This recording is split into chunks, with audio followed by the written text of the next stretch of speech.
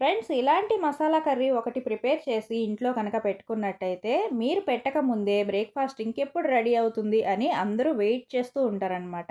అంత టేస్టీగా అయితే ఇది ఉంటుంది. ప్రతి టిఫిన్స్‌లోకి సెట్ అయిపోతుంది. ఇది ఎలా ప్రిపేర్ చేసుకోవాలో చూసేద్దాం రండి. నేను అందుకోసం ఇక్కడ ఒక 4 టమోటాలను తీసుకొని బాయిల్ చేసుకున్నాను. ఒక గ్లాస్ వాటర్ పోసుకొని ఇలా బాయిల్ చేసుకుంటే ఇలా చూస్తున్నారు కదా! వీడియోలో చూసినట్టు స్కిన్ ఇలా పగిలే వరకు బాయిల్ చేసుకోవాలి. అప్పుడు టమోటాలు ఉడికిపోయినట్టు అనమాట. ఇప్పుడు స్టవ్ ఆఫ్ చేసేసుకొని వీటిని మంచిగా చల్లారనిచ్చుకోవాలి. ఎందుకంటే మనం వీటిని మిక్సీ చేసుకోవాలి కాబట్టి.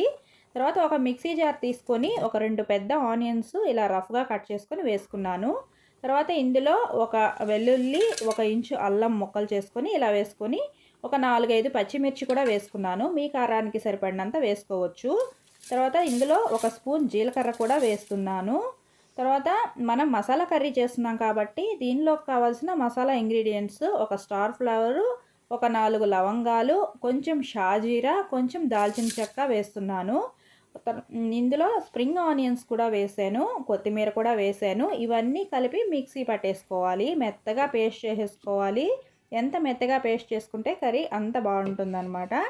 తర్వాత టమోటాలు కూడా నీట్గా చల్లారిపోయినాయి. చూస్తున్నారు కదా, ఇలా స్కిన్ మొత్తం ఊడిపోతుంది. మీకు కావాలంటే ఇది పీల్ చేసేసుకోవచ్చు, లేదంటే ఇలాగే ప్యూరీలాగా గ్రైండ్ చేసేసుకోవచ్చు అనమాట. ఇలా మెత్తగా అయితే టమోటాలను కూడా గ్రైండ్ చేసుకోవాలి. తర్వాత పొయ్యి మీద ఒక ప్యాన్ పెట్టుకొని పోపుకు తగినంత ఆయిల్ వేసుకొని కొంచెం బిర్యానీ ఆకు అయితే వేసుకున్నాను. తర్వాత ఆనియన్ పేస్ట్ మనం గ్రైండ్ చేసుకున్నాం కదా, ఆనియన్ వెల్లుల్లి పేస్టు దాన్ని అయితే వేసేసాను అనమాట.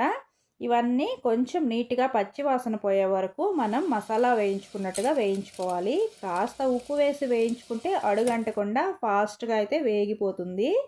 ఇలా మంచిగా వేయించేసుకోవాలి. ఇది కాస్త వేగే వరకు ఇలా కలుపుకుంటూ చూడండి, ఇలా కలర్ చేంజ్ అయింది కదా, ఇలా వేగితే సరిపోతుంది.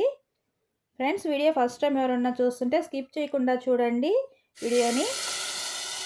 తర్వాత మనం గ్రైండ్ చేసుకున్న టమోటాలను గుజ్జును కూడా వేసేసి బాగా కలిపేసుకొని మంచిగా వేయించేసుకోవాలి. ఇవన్నీ కాస్త ఆయిల్ పైకి తేలే వరకు వేగాలి.